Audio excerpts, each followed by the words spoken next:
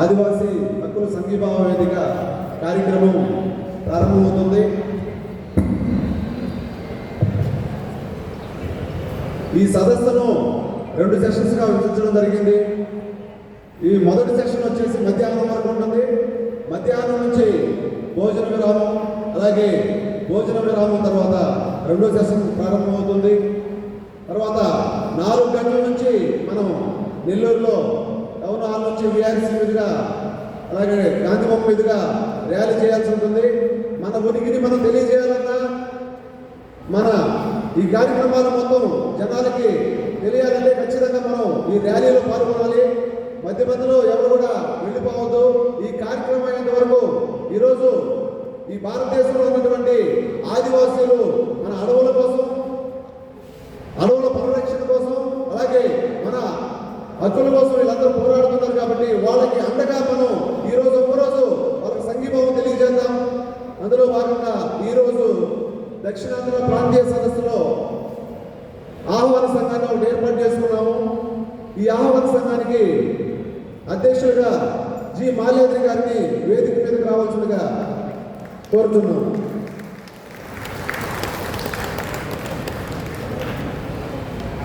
అలాగే ఆదివాసీ హక్కుల పోరాట సంఘీభావ వేదిక 2 తెలుగు రాష్ట్రాలలో ప్రారంభమైంది. మన ఈ ఆదివాసీ హక్కుల వాళ్ళ కోసం పోరాటం చేసేటువంటి ఈ వేదికలో కన్వీనర్లు, కో కన్వీనర్లుగా కొంతమందిని ఏర్పాటు చేయడం జరిగింది. అందులో భాగంగా మనం తర్వాత కార్యక్రమాల్లో నెల్లూరు జిల్లా నుంచి కూడా ఒక జిల్లా కమిటీని కూడా ఏర్పాటు చేయబోతున్నాం. ఇందులో అన్ని ప్రజా సంఘాలు కూడా కలిసి ఆదివాసీలకి అండగా నిలబడాలని వేడుకుంటున్నాము. అలాగే ఈ మొదటి సెషన్ అధ్యక్షులుగా చిలుకా చంద్రశేఖర్ గారిని వేదిక మీదకి రావాల్సిందిగా, అలాగే ఈ వేదిక మీద అధ్యక్షులుగా వారిని ఈ కార్యక్రమాన్ని కొనసాగించవలసిందిగా కోరుతున్నాము.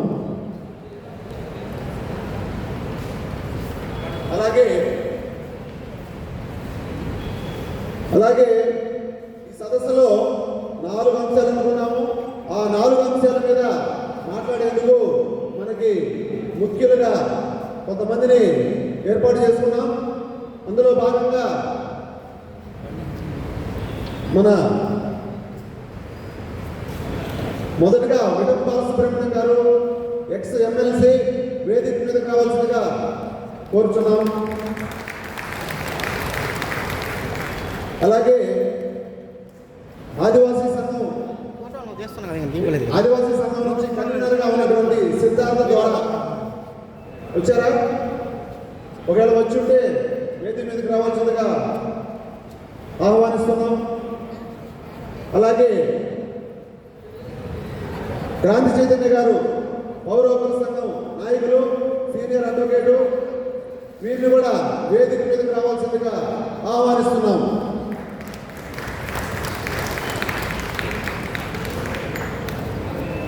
అలాగే పర్యావరణ కార్యకర్త, నెల్లూరు జిల్లాలో మరియు ఇతర ప్రాంతాలలో పర్యావరణ విధ్వంసానికి వ్యతిరేకంగా జరిగిన ఉద్యమాలలో అనేకమైన ఉద్యమాలలో తన ఉనికిని తెలియజేసి నాయకత్వం చాటినటువంటి టి రమణయ్య గారిని వేదిక మీదకి రావాల్సిందిగా ఆహ్వానిస్తున్నాం.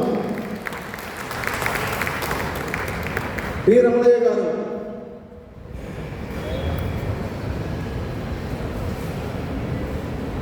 అలాగే ఈరోజు ఇక్కడ జరిగేటువంటి కార్యక్రమంలో ఒక్కొక్కరు తమ తమ ఉపన్యాసాలు, అలాగే మన సమాజంలో జరిగేటువంటి ఈ ఆధిపత్య ధోరణి మీద వాళ్ళ యొక్క వివరణ, అలాగే వాళ్ళ సందేశాలు ఉంటాయి. ప్రతి ఒక్కరూ పూర్తిగా వినండి.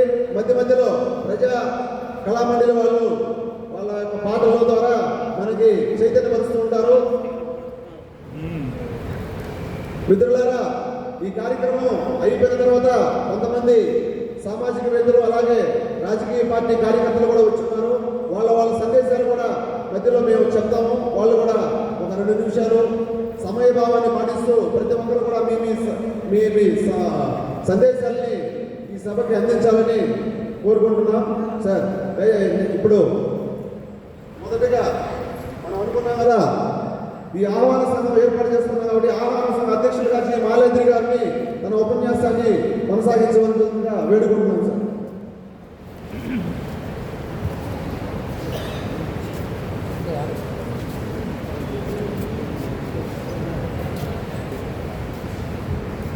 వివిధ జిల్లాల నుంచి వచ్చిన ప్రతినిధులకు, ఉద్యమకారులకు అందరికీ స్వాగతం, సుస్వాగతం. ఈ సభకు మీకు ఆతిథ్యం ఇచ్చే అవకాశం మీరు నెల్లూరు జిల్లాకు అందజేసినందుకు మీ అందరికీ మనస్ఫూర్తిగా ధన్యవాదాలు తెలియజేస్తున్నాను. అదే సందర్భంలో ఈరోజు సందర్భాన్ని గురించి ఒక్క మాట మాట్లాడుకోవాల్సిన అవసరం ఉంది. 1991 తర్వాత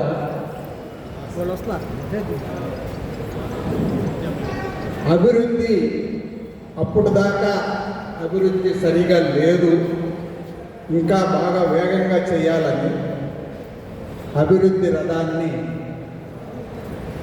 పరుగులు పెట్టించడం ప్రారంభించినారు. అప్పటి నుంచి ఆ అభివృద్ధి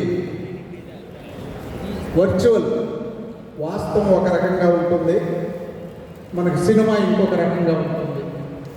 ఆ రకమైన అభివృద్ధి మనకు దాని విశ్వరూపాన్ని ఈరోజు దాదాపుగా విశ్వరూపానికి చేరుకున్నాం. ఒకవైపు మూలవాసుల్ని, ఆదివాసుల్ని, మన సంస్కృతిని, మన సంప్రదాయాలను, మన నేలను, మన నీటిని, మన గాలిని అన్నిటినీ చాలా ప్రేమిస్తున్నట్టు, చాలా ఇష్టపడుతున్నట్టు ఒకవైపు వర్చువల్గా ఉంటుంది. వాస్తవంగా ఉండేది ఏమిటంటే మూలవాసుల్ని ధ్వంసం చేస్తారు, అది వాస్తవం. వర్చువల్ ఇదేమో సినిమా ఒక రకంగా చూపిస్తారు, వాస్తవం ఇంకొక రకంగా ఉంటుంది.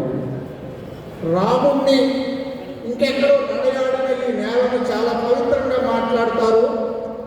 ఆ మొత్తాన్ని, అడవులన్నింటినీ, దండకారాన్ని అన్నింటినీ డొల్ల చేసి, అంతా డొల్ల చేసి చూపించడం ఇది వాస్తవం, అదేమో వర్చువల్, మనకి సినిమా చూపించడం. ఇటువంటి ఒక వైరుధ్యంతో ఒకవైపు జీవ వైవిధ్యం గురించి గగ్గోలు పెడుతుంటారు, ఏమైపోయింది, ఎట్లయిపోయింది, జీవ వైవిధ్యాన్ని గురించి ఎక్కడో విపరీతమైన ఆందోళన ఉన్నట్టుగా బాధపడుతుంటారు. వేల ఎకరాలని జీవ వైవిధ్యం అంటే నువ్వు ఎన్ని మొక్కలు పెంచినా ఒక్క ఎకరా అడవికి సాటి రాదు. వేల ఎకరాల అడవులను ధ్వంసం చేసి మొక్కలు అక్కడక్కడ మొక్కలు నాటి జీవ వైవిధ్యాన్ని కాపాడండి అనే ఉపన్యాసాలు చెప్పడము, ఇదేమో సినిమా, ఒకటి సినిమా, ఒకటి వాస్తవం.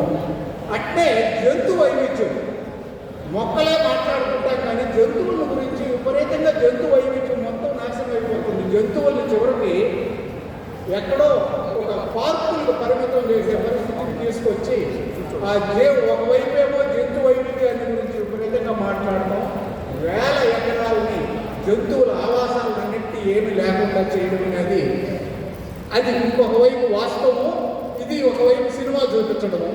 అట్లనే అంబేద్కర్ని, ఆయన రాజ్యాంగాన్ని విపరీతంగా పొగడతాము, ఆయనకు విగ్రహాలు పెడతాము, అది సినిమా.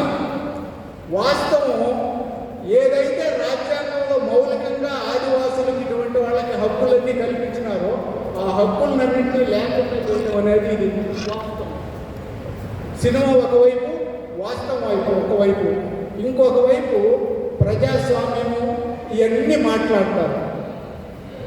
ఈరోజు 5% మంది ప్రజల చేతుల్లో, 5% మంది ధనికుల చేతుల్లో 60% సంపద కేంద్రీకృతమైన ఒక పరిస్థితి ఉంది. ఇదేమో ప్రజాస్వామ్యం సినిమాలు చూపించడం, వాస్తవమేమో 5% మంది చేతులకి మొత్తం పార్లమెంట్లో ఈ రోజున్న సభ్యుల్లో 3వ వంతు సభ్యులు ఈ పారిశ్రామికవేత్తలు పార్లమెంట్లో సభ్యులుగా ఉన్న పరిస్థితులకి వెళ్ళిపోయారు. అంటే వాస్తవం ఒక రకంగా 100 కోట్లు పెట్టింది ఎమ్మెల్యేగా కానీ ఒక సాధారణమైన ప్రజాప్రతినిధిగా ఎంపిక కాలేని ఒక వాతావరణాన్ని సృష్టించడం అనేది వాళ్ళకు అనుకూలమైన వాతావరణాన్ని సృష్టించడము. ఇంకొక వైపేమో గురించి మాట్లాడటం అనేది ఇది ఒక డొల్లతనం. ఈ అభివృద్ధి వచ్చిన తర్వాత తినా దేర్ ఈజ్ నో ఆల్టర్నేటివ్, మరే దారి ఇంకొక దారి లేదు అని ఈ అభివృద్ధిని మన ముందుకు తెచ్చిపెట్టి మొత్తాన్ని విధ్వంసాన్ని మన కళ్ళకు కట్టినట్టుగా మన ముందు ఆవిష్కరిస్తున్నారు మిత్రులారా. ఈ అభివృద్ధి ముందు ఒక 3 దారులు మనకు ముందు పెట్టినారు. ఒకటి, ఆ అభివృద్ధిలో నుంచి పారిపోవడమా, ప్రాణాలు కోల్పోవడమా, ఈ 20ని కాదనుకొని ప్రత్యామ్నాయం కోసం పోరాటం. ఈ రెండే మన ముందు ఈ మూడే మన ముందు ఉన్న మార్గాలు. పారిపోవడము, ఎక్కడికి పారిపోలేము, బలి కావడము, అయ్యేవాళ్ళు బలి అవుతూనే ఉన్నారు. ఇక మూడోది ప్రత్యామ్నాయాల గురించి. ఇది కాదు అసలైన అభివృద్ధి. నిజమైన అభివృద్ధి అంటే ఇట్లు ఉండాలా, పెట్టుబడి లాభం కేంద్రంగా జరిగే అభివృద్ధి కాదు, ప్రజల కేంద్రంగా మానవ కేంద్రంగా జరిగే అభివృద్ధి. మానవుని వాళ్ళని భాగస్వామ్యం చేస్తూ, వాళ్ళని ఇంక్లూడ్ చేసుకుంటూ, వాళ్ళ ప్రమేయంతో జరిగే సంతులితమైన అభివృద్ధి, నిజమైన అభివృద్ధి అనేది ఉండాలా. ఆ అభివృద్ధి వైపుకి అందరం ఈరోజు ఆదివాసీల మీద జరిగే దీన్ని ఆసరాగా తీసుకొని, అవకాశంగా తీసుకొని ఆదివాసీలకు అండగా నిలబడడంతో పాటు మిగతా అన్ని ప్రాంతాల్లో కూడా ఈరోజు కుందేలు కోసం వచ్చినాడు, రేపు ఇంకొక దాని కోసం వస్తాడు. కుందేలుకే పరిమితం కాల. ఈరోజు ఆదివాసీల కోసం వాళ్ళని ధ్వంసం చేస్తున్నారు. రేపు మనం దాంట్లో భాగంగా ఉండడం అనేది ఏమీ లేదు. కాబట్టి ఈరోజు ఆదివాసీలు దీన్ని మనం ఒక ఆసరాగా వాళ్ళకు అండగా నిలబడడంతో పాటు ఈ అభివృద్ధి యొక్క దొల్లతనాన్ని, ఈ అభివృద్ధిని తూర్పారబట్టడం అనే దాన్ని దీన్ని ఒక అవకాశంగా తీసుకొని అన్ని శక్తుల్ని కూడగట్టుకొని, ఇది కేవలం రాజకీయ పట్టణాలు అనేది కాకుండా సామాన్య జనం మొత్తానికి అభివృద్ధిని గురించి, ఈ అభివృద్ధి కావాలా, సినిమా అభివృద్ధి కావాలా, వాస్తవ విధ్వంసమైన అభివృద్ధి కావాలా, ఇంకొక ప్రజల ప్రమేయం, ప్రజల పాత్ర ఉండి ప్రజల యొక్క భాగస్వామ్యంలో జరిగే అభివృద్ధి కావాలా అనేది వీటి ముందు చర్చించాల్సిన అవసరం ఉంది. ఈ చర్చని కేవలం జిల్లాలకే, దక్షిణ ప్రాంతాలకే పరిమితం చేయకుండా అన్ని గ్రామాల్లో కూడా ఇది జరిగేటట్టుగా దీనికి కావాల్సిన ఒక నిర్మాణాన్ని ఏర్పాటు చేసుకొని ముందుకు పోవాల్సిన అవసరం ఉంది. ఇక ఆదివాసీలు ఈరోజు వాళ్ళందరినీ అడవుల నుంచి తరివేయడం, చంపేయడం అని అంటే దీనికి ఒక రకంగా నెల్లూరు జిల్లా ఏమీ చివరేది లేదు, మొదట్లోనే ఉంది. శ్రీహరికోట నుంచి మూలవాసులను అక్కడి నుంచి తరివేసి ఈరోజు పైకి ర్యాకెట్లు ఎగరేసుకొని అందరం సంబరాలు కొట్టి చక్కలు ఎగరేసుకుంటున్నాం. ఆ మూలవాసుల్ని మొదట నెల్లూరు జిల్లాలో అక్కడున్న యానాదులు మొత్తాన్ని చిన్నాభిన్నం చేసిన పరిస్థితి ఉంది. ఈరోజు వాళ్ళ జీవితాలు ఎక్కడున్నాయో, ఏమైపోయినాయో కూడా ఎవరికి పట్టని పరిస్థితుల్లోనే ఉన్నాయి. ఇది కాబట్టి నెల్లూరు జిల్లా ఇటు రకరకాల ఉద్యమాలు జరిగిన చరిత్రలో నుంచి ఈ సభకు ఆతిథ్యం ఇవ్వడం, అన్ని సంఘాలని ఒక ఉమ్మడి పోరాటంగా దీన్ని మలచడము, అందరినీ కలుపుకొని ముందుకు పోవడము, ఉధృతంగా ప్రజా బాహుల్యంలోకి వెళ్ళాలని మీ అందరూ కూడా విజ్ఞప్తి చేస్తూ, దీనికి ఆతిథ్యం ఇచ్చినందుకు, మాకు అవకాశం ఇచ్చినందుకు మరోసారి ధన్యవాదాలు తెలియజేస్తూ, ఈరోజు వక్తలుగా, అధ్యక్షులుగా అందరూ హాజరైన వాళ్ళకి, వివిధ జిల్లాల నుంచి హాజరైన ప్రతినిధులకు మరోసారి అభినందనలు తెలియజేస్తూ సెలవు తీసుకుంటాం.